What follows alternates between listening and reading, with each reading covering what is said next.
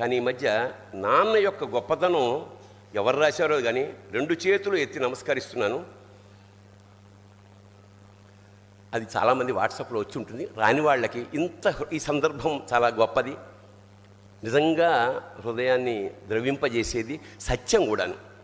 నాన్న ఎందుకో వెనకబడ్డాడు, అది శీర్షిక. అమ్మ 9 నెలలు మోస్తే నాన్న 25 ఏళ్ళు. 2 సమానమే అయినా నాన్న ఎందుకో వెనకబడ్డాడు. ఇంట్లో జీతం తీసుకోకుండా అమ్మ, తన జీతం అంతా ఇంటికే ఖర్చు పెడుతూ నాన్న, ఇద్దరి శ్రమ సమానమే అయినా అమ్మ కంటే నాన్న ఎందుకో వెనకబడ్డాడు. ఏది కావాలి అంటే అది వడ్డీ పెడుతూ అమ్మ, ఏది కావాలంటే అది కొనిపెడుతూ నాన్న. ఇద్దరి ప్రేమ సమానమే అయినా అమ్మకు వచ్చిన పేరు ముందు నాన్న ఎందుకో బాగా వెనకబడ్డాడు. ఫోన్లోనూ అమ్మ పేరే, దెబ్బ తగిలినప్పుడు అమ్మ అని పిలవడే, అవసరం వచ్చినప్పుడు తప్ప మిగతా అప్పుడు గుర్తురానందుకు నాన్న ఎప్పుడైనా బాధపడ్డా ఏమో.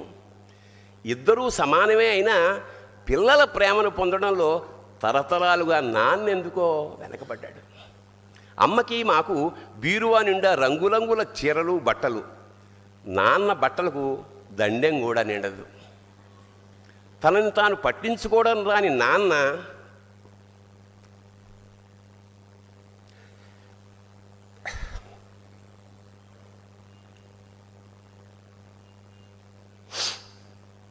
ఎందుకో మాకు కూడా పట్టనంత వెనకపడ్డాడు. అమ్మకి అన్నో కొన్నో బంగారు నగలు, నాన్నకి బంగారు అంచున్న పట్టు పంచి ఒకటే. కుటుంబం కోసం ఎంత చేసినా తగిన గుర్తింపు తెచ్చుకోవడంలో నాన్న ఎందుకో పాపం బాగా వెనకబడ్డాడు. పిల్లల ఫీజులు ఖర్చులు ఉన్నాయి ఎప్పుడప్పుడు. ఈసారి పండక్కి చీర కొనొద్దంది అమ్మ. ఇష్టమైన కూర అని చెప్పి పిల్లలు మొత్తం తినేస్తే ఆ పూటకి పచ్చడి మెతుకులతోనే ఇష్టంగా తినే నాన్న. ఇద్దరి ప్రేమ ఒకటే అయినా మా అమ్మ కంటే నాన్న చాలా వెనకబడ్డాడు.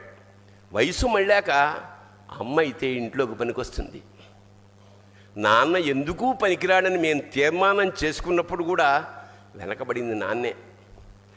నాన్న ఇలా వెనకబడిపోవడానికి కారణం ఆయన మా అందరికీ వెన్నెముక కావడమే. వెన్నెముక వెనక ఉండబట్టే కదా దన్నుగా నిలబడగలుగుతున్నాం.